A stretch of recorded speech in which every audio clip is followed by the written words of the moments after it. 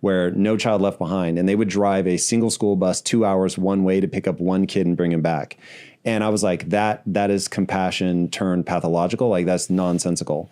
How do we flip that idea? Because you're definitely not going to get people to buy into something that makes them feel discompassionate. I think that, look, we come back right to where we started. I think we have to be able to. We have to live in the real world.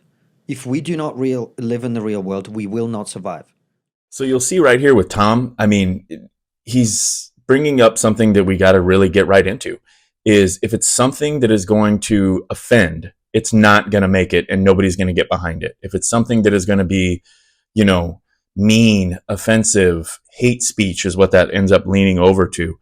Nobody's going to get behind that if they have any type of position of wealth or power or anything like that, because they don't want to lose what they've built up. And what Constantine's saying here is, no, we have to speak the truth, because if the truth gets you in trouble and people aren't willing to speak the truth because they don't want to lose what they've built up, whether they're in entertainment, whether they're in politics, whether they're in academia, they don't want to lose anything that took them a certain amount of time to build up. It's like, that's somebody else's fight. I'd like to speak the truth, but I'm not going to do it because I don't want to offend people and then have, the weight of the world come in on me. And before you know it, I'm either fired or I'm just dealing with an onslaught of comments on my social media, or I'm getting emails or just, I can't deal with that. People would just get to the point where they're like, I'm just not going to deal with that right now because I have other real world stuff going on in my personal life, and I'm not going to hear the onslaught of hate that I'm getting.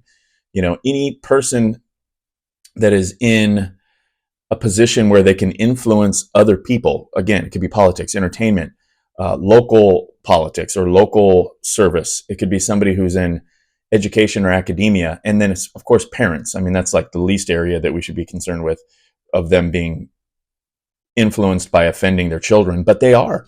So the point here is, if we can't speak truth, right, and we can't speak the truth with our First Amendment, free speech, if we can't speak the truth with our rights, with our free speech that we've fought and died, many people died over, then the idea is that free speech, the First Amendment, the most important right you have, is going to be worthless, because now it's just a bunch of lies, or it's just a bunch of totalitarian, communistic control that people have over you. It's like, if I say something, my neighbor might tell on me, or if I say something and somebody online hears about it and it gets back to my work, I could lose my job. That's the same thing you deal with in modern day North Korea or China, right? Or Russia. And, that's why Kaizen here can really kind of speak to that a little bit more, because he's from that area. But the biggest thing here is, we got to be able to use our Second Amendment. We got to be able to use what makes this country great, is our free speech. And we got to be able to speak truth with that free speech. Then your next layer is going to be, where do you find the truth, right? Two huge subjects that aren't going to get a lot of attention because it requires a lot of critical thinking, but we got to get to the bottom of it. We got to get to the place where we can have these discussions and we can find out really where people's baseline decision making comes from. Because when you're in your own head and you're thinking, you're not going to come out and actually say something like, okay, I'm reasoning my way through making a decision on, what's going to happen after my consciousness turns off. When this life is over, what happens next? You're going to think about that a lot. I would venture to say that any person thinks about death and what happens after that a considerable amount, to the point where you start thinking about it and then you're like, I got to stop thinking about it because I'm getting nervous right now. I don't know. And I know it's going to happen inevitably for sure. So, but we never talk about that. Here and there, when you get in particular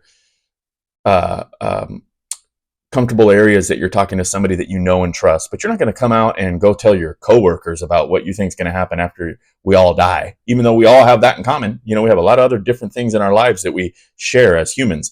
But the two things that are 100% for sure, at least in the United States, are what? Death and taxes, right? And we're not going to talk about taxes. Nobody likes that. And the other thing is death. And we should be speaking about this in a comfortable way where we don't become Debbie Downers and I don't want to talk about that, because it's the most important thing that we have in common. but we can't get into these things because you just deal with that in your conscious. I mean, you look stuff up online, but you never get to the point where you actually have an open discussion about it because you don't want to look stupid or get in trouble or offend.